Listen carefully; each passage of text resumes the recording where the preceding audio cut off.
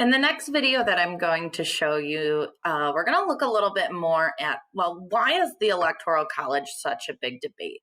And why do we have it in the first place? So the first portion of the video is going to deal with a lot of, well, why do we have it? Why did we add this into our Constitution? Because the fact that we have an Electoral College is mentioned in the US Constitution, and the reason behind why it's there.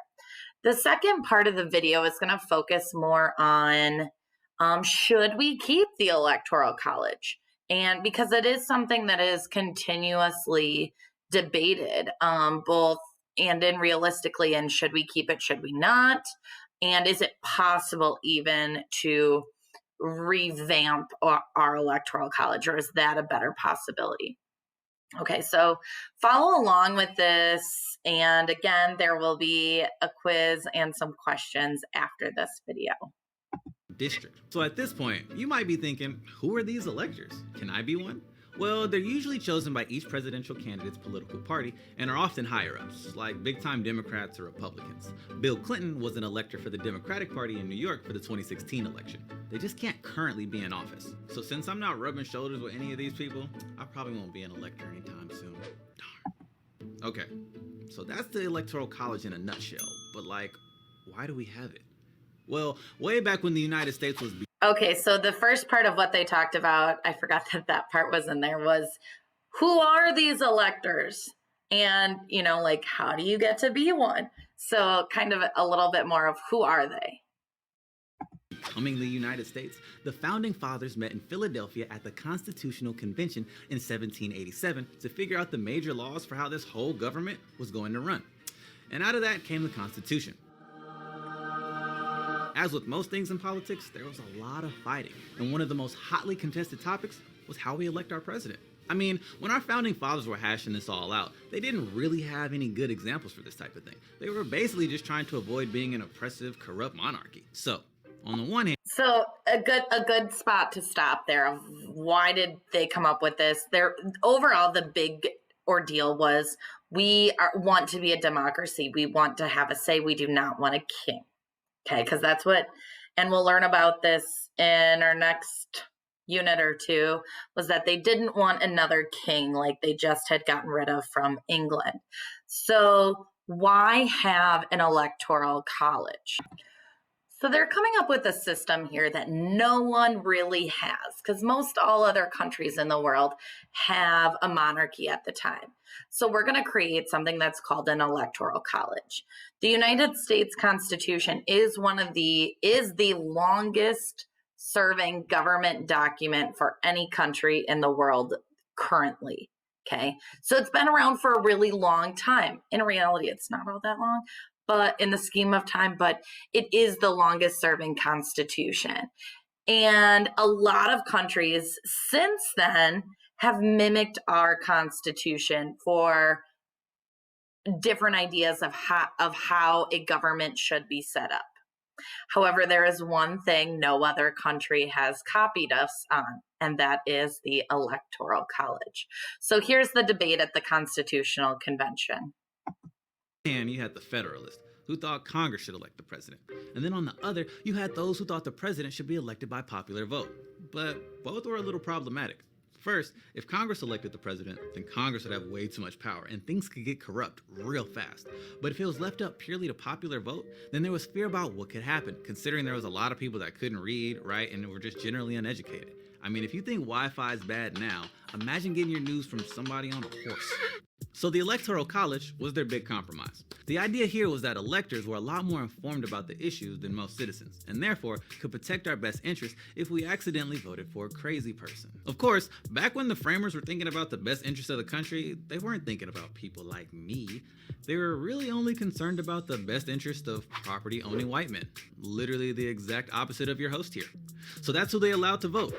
But when they had to decide how many electoral votes each state got, they had a little problem.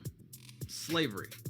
Well, okay, that's literally not a little problem at all. It's actually a really big problem that was really messed up.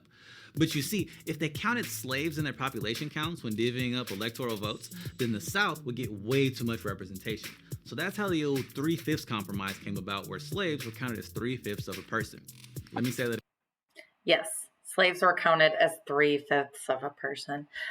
Something we'll talk about later on in the year when we get to the electoral, or when we get to the Constitutional Convention. Okay, at this point, we're going to look at, should we get rid of the Electoral College?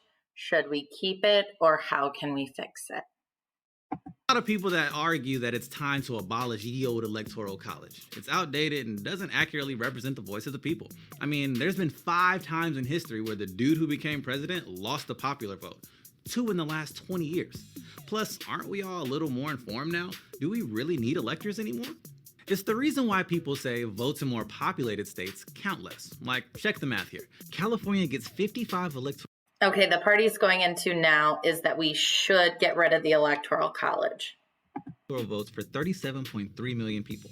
That's about 1 elector per 680,000 people. And then our friends in Wyoming get 3 votes for 568,000 people, or 1 vote per about 189,000.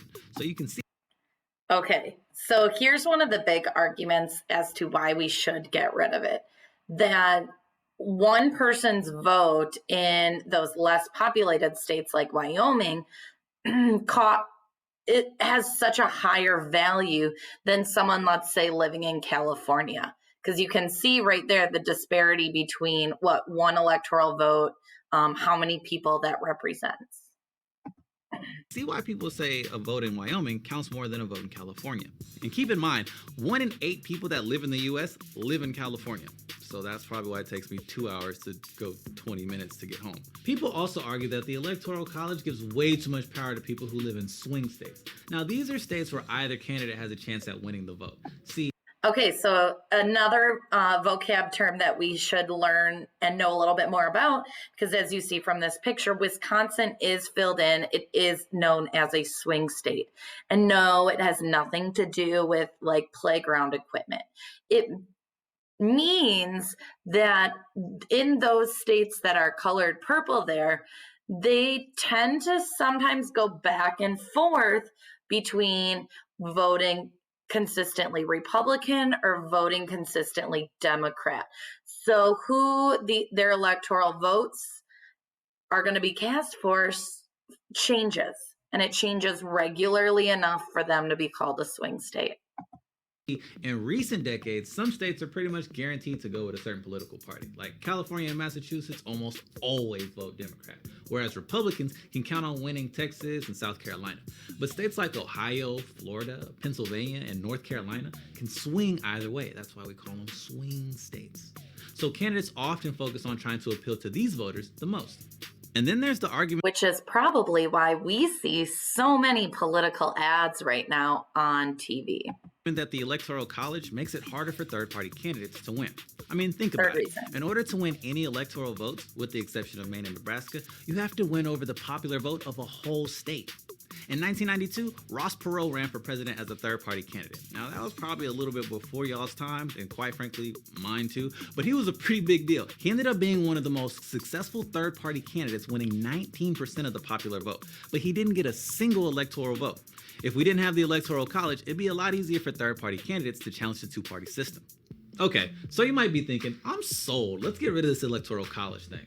Okay, so those are all our reasons as to why we should be getting rid of the Electoral College. Now he's going to focus in on why we shouldn't, or why it'll never happen.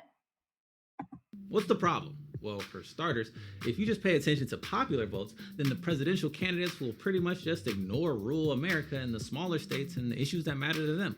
They'd only need to campaign in the big cities. Not to mention. Okay, so the biggest issue is right there, that rural America, small cities, smaller populated states are not going to be a target or of any interest to a candidate.